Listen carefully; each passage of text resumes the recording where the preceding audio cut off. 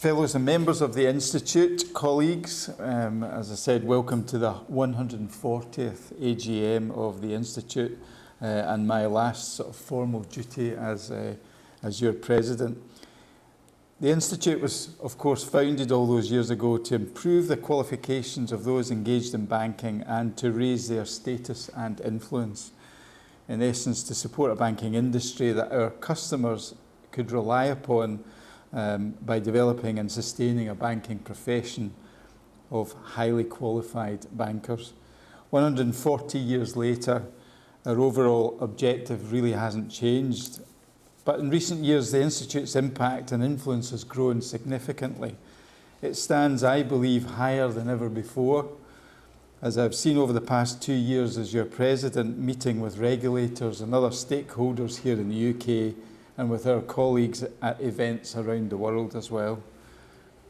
Membership is the core and the heart of our Institute, and I'm delighted to say that as I speak today, the Institute now has more than 20,000 members. And over the past 5 years, we've grown from teaching a few hundred students to welcoming more than 5,000 new students from 42 countries in the last year. Enrolments have been particularly strong across the Professional Banker Certificate, Professional Diploma and Chartered Banker programmes, with more than 2,500 students successfully gaining Institute qualifications over the past year. And as President and an employee of the Royal Bank of Scotland for the past 37 years, I'm particularly pleased today to be able to share some exciting news relating to RBS. Last week, the bank and the Institute began to enrol the first cohort of 500 colleagues as affiliate members and to begin a tailored course of study leading to the Professional Banker Certificate. The intention is to continue enrolling a similar number each week until 15,000 colleagues have been enrolled as members over the next 18 months. And this covers new to role and existing staff across personal and business banking, direct, RBS International and Ulster Bank as well. So that's a significant bit of progress for both the Institute and the bank. I'm delighted that my bank's putting its weight behind the Institute and understands the important role that a strong professional body can play in supporting the rebuilding of confidence, trust and pride in RBS. But I know that RBS isn't alone, and whilst there's clearly more to be done to build the Institute's presence in some banks, many of your organisations here today are also very strong supporters of the Institute, what we stand for and what we do. One of the activities we've become very well known for is, of course, the Chartered Banker Professional Standards Board, established in 2011 and which continues to make impressive progress as we speak. At the end of 2014, 187,000 bankers achieved the foundation standard. That's almost 120,000 in the UK and the other remainder 69,000 globally. Member firms are currently working to support all customer-facing colleagues to meet the foundation standard by the end of this year. And the CBPSB published its leadership standard in September of last year, and we'll be piloting it in with a small number of senior bankers across member firms in the coming year. The CBPSB's professional standards are closely aligned to the new individual conduct requirements, and the CBPSB itself has a clear role to play alongside other bodies in the emerging banking standards landscape, particularly with the advent of the Banking Standards Board and the soon-to-be established Market Standards Board as well. Once again, the Institute has achieved a great deal in the past year, and I hope you will agree with me, is having an ever-increasing impact and influence.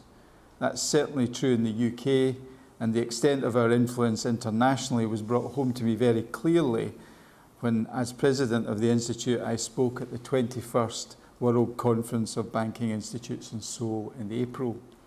The interest in our work and the desire from other bodies and educators to work with us was very evident indeed, and there have been a number of follow-ups as a result of that trip. I want to personally thank today the Institute's staff and our growing range of partners who should be congratulated for their work to keep the Institute at the forefront of professional education and standard setting for bankers in the UK and internationally. The role of council and committees is equally important, though, in setting the direction and strategy for the Institute, and I must pay tribute to my colleagues on council and our committees over the past 2 years, particularly the committee chairs, our vice presidents and the executive committee, for ensuring that at all times your Institute has remained true to our core values and mission. I would also like to add my grateful thanks to all of my council colleagues for the support that they have given me during the past 2 years whilst I've been president.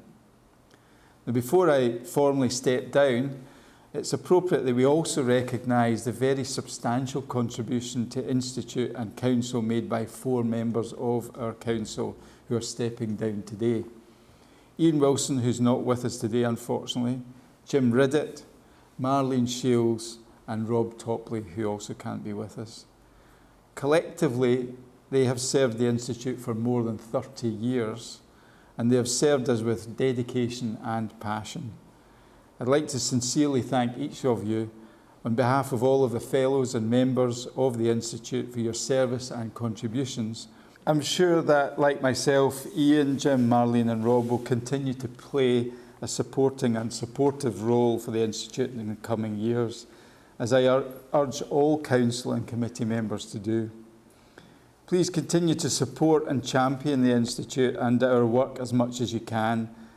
At a time when customers, colleagues and regulators are demanding the reprofessionalisation of banking, we need to make sure our organisations and others are fully appraised of what the Institute has to offer and are engaged with us at all levels, and we encourage staff to become members and gain professional qualifications.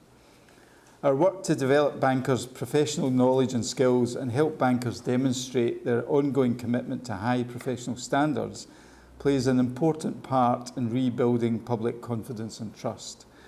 And as you will have heard me say on many occasions, even more importantly, pride in the banking profession. The values and behaviours developed through the Institute's education programmes are far from old-fashioned.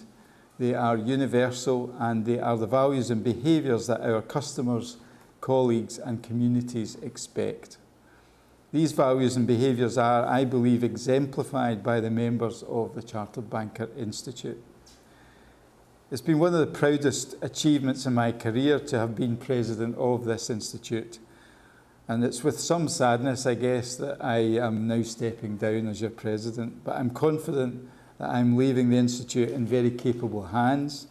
And as a past president, I shall continue to support and watch with interest the Institute's progress as it continues to enhance its impact and influence.